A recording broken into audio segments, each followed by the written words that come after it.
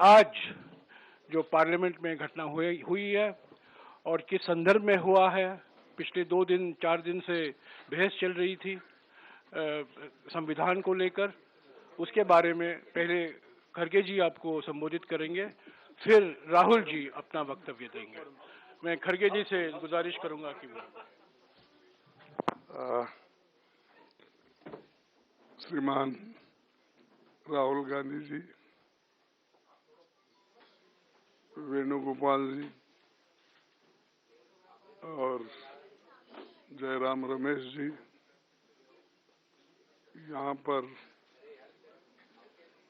पधारे हुए सभी हमारे मीडिया के दोस्तों और हमारे मीडिया के सभी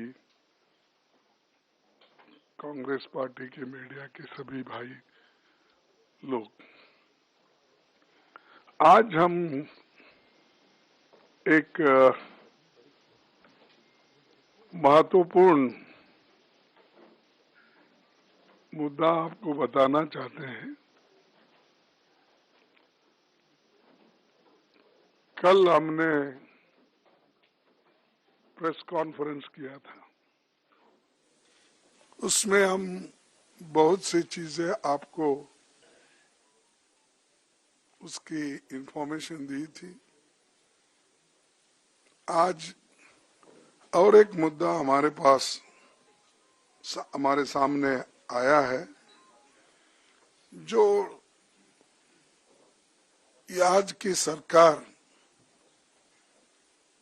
खासकर जो प्रधानमंत्री जी और हमारे होम मिनिस्टर बयान जो दे रहे हैं डॉक्टर बाबा साहब अम्बेडकर के बारे में, वो बहुत ही दुखदायक है और बगैर फैक्ट्स देखे बिना वो प्रेस कॉन्फ्रेंस करके भी कल बोले हैं। पहले जांच तो करे अगर फैक्ट्स क्या है, उसके बाद आप नेहरू जी को गालियां दो, अंबेडकर को अपमानित करो। ये सब जो कर रहे हैं या जानबूझ के कर रहे हैं या आपके पास कोई चीज, कोई सबूत नहीं है, वो बात कर रहे हैं। मैं आपको कहना चाहता हूं, आज तक उन्होंने बाबा साहब के बारे में, जवाहरलाल नेहरू जी के बारे में जो कहे हैं, सब झूठ है। और मैं अगर पार्लियामेंट में मुझे अवकाश मिलता, समय मिलता, तो मैं आज बताने वाला था बाबा साहब अम्बेडकर का लेटर जो लिखा हुआ था। हमारे चितड़े एक उनके दोस्त थे जो पीपल्स एजुकेशन सोसाइटी और सिद्धार्थ एजुकेशन सोसाइटी, उसके रजिस्ट्रार थे। तो अलीपुर रोड पे ही बाबा साहब रहते थे। वहां से उन्होंने एक खत अपने दोस्त को लिखा और उसमें स्पष्ट बताया कि इलेक्शन 52 का कैसा हुआ, क्या हुआ, वो तो उसमें है, मैं बाद में बताऊंगा, आज उस पर जाने का नहीं है। लेकिन आज जो घटना घटी,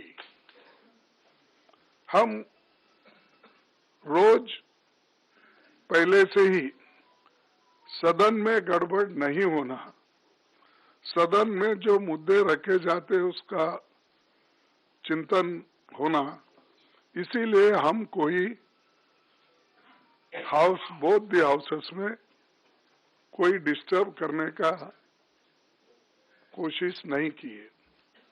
14 दिन तक हमने अपना जो हाउस चलाने के लिए जो हमारा एक दृढ़ संकल्प था, हमने करके रोज हम प्रोटेस्ट करते थे।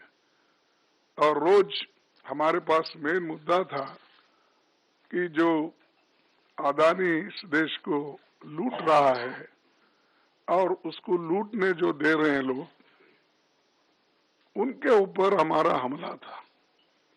लेकिन बीच में जब संविधान की चर्चा आई, उस वक्त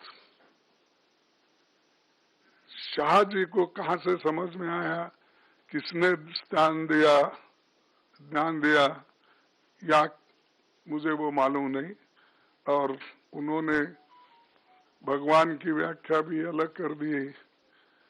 अंबेडकर के बारे में या कोई लीडर के बारे में कोई बोलता है, अगर कोई पूजनीय है तो उनके बारे में अगर कहते हैं तो उन्होंने डॉक्टर बाबा साहब अंबेडकर का मजाक उड़ाया।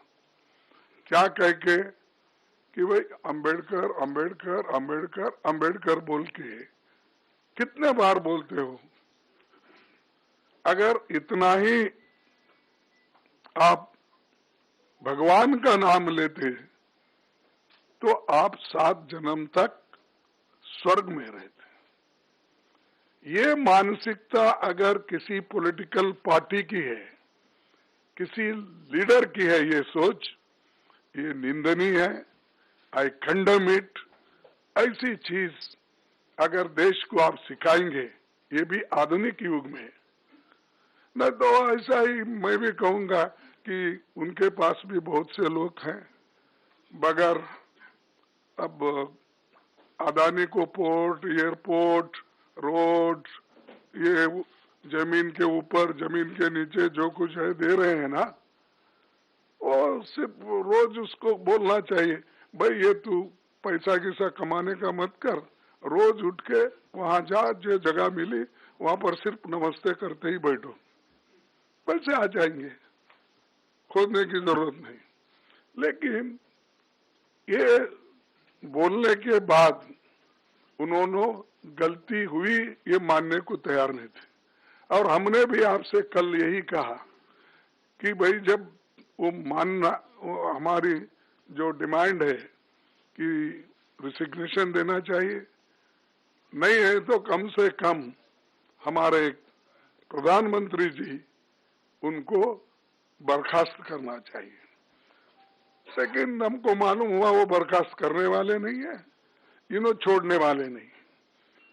तो इसीलिए हमने ये मुद्दा जनता तक पहुंचाने के लिए सभी हमारे पार्टी के नेता राहुल गांधी जी, प्रियंका जी, पार्टी के सभी एमपीस और राज्यसभा के मेंबर सभी मिलके इस मुद्दे को हमने उठाया।